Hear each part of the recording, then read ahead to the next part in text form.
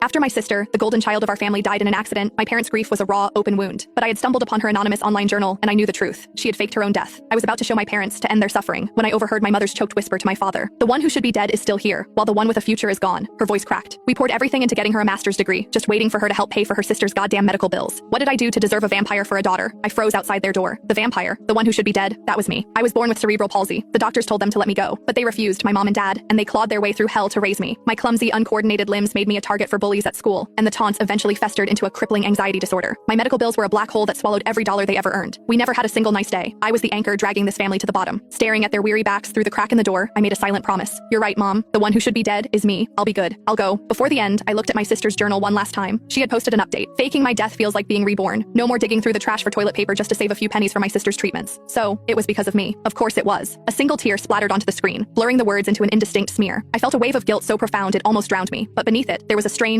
sharp sense of relief. She was free. For me, she had lived a life of quiet misery. She never wore new clothes, her sleeves always inches above her wrists, her pants too short. She was a walking collection of hand-me-downs, men's shirts, women's blouses, clothes meant for children and the elderly, none of them truly hers. Yet, she would always smile and plead with Mom. "It's Christmas. Can we please get Lily a new coat?" She never asked for a thing for herself. She was an angel of self-sacrifice. On the rare occasions we had meat, she would mimic our parents, carefully picking every lean piece from her plate and placing it in my bowl. She was so thin, a wisp of a girl, yet she carried me on her back all the way to school. Not for a day, not for a week, but for 12 years, through every scorching summer and bitter winter. When other kids called me a cripple, my gentle, quiet sister would transform into a lioness, fighting them with a ferocity that was terrifying to watch. From the day I was diagnosed, the scales of our parents' love tipped completely in my favor. But Chloe never fought for their attention. She loved me just as much as they did, and she poured everything else she had into her studies. "I'll get into a great university, Lily," she'd promise, her eyes shining with determination. "I'm going to make life good for all of us." To everyone, Chloe was our parents' pride. She was the single, flickering flame of hope in our broken home. My hand trembled as I typed out a private message to her. "Chloe, thank you for loving me all these years. I'm so sorry you were stuck with a sister like me. I'm tired. I'm going to a place where I can finally rest. Come home, Chloe, please." My vision swam with tears, making the touchscreen unresponsive. I wiped it with my sleeve, my fingers clumsy, and closed the app. In my drawer was a bottle of sleeping pills, collected one by one over 6 long months. Finally, a lethal dose. Just before I swallowed them, I decided to leave 2 sentences for my parents. A final apology. "Mom, Dad, I'm sorry my life dragged you all into the mud. I can't hold on anymore. I have to let go. Please don't cry." I fought to keep my tears from staining the paper. There were a million things I wanted to say, but the words wouldn't come. This was enough. I placed the note on my nightstand, where they couldn't miss it. Then, without a second's hesitation, I swallowed the entire bottle of pills. I pulled the covers over myself, found a comfortable position, and closed my eyes. Goodbye, Mom, Dad, Chloe. Goodbye forever. That night, my soul drifted through our silent apartment. The quiet was finally broken by the sound of the front door opening. "Lily, are you hungry?" Mom's voice was heavy with exhaustion. Her eyes were red and swollen, but she forced a cheerful tone. "I bought some chicken wings. I'll make them just how you like." Just like always, she called out towards the room Chloe and I shared before heading straight for the— Dad was curled up on the sofa, shivering, a nasty flu rattling his chest with every cough. My heart ached looking at him, his hair now more white than black, his face a roadmap of worry, his body thin and frail beneath his tattered clothes. I could still remember when he was the most handsome man in the neighborhood. Mom poked her head out of the kitchen, her expression softening with concern.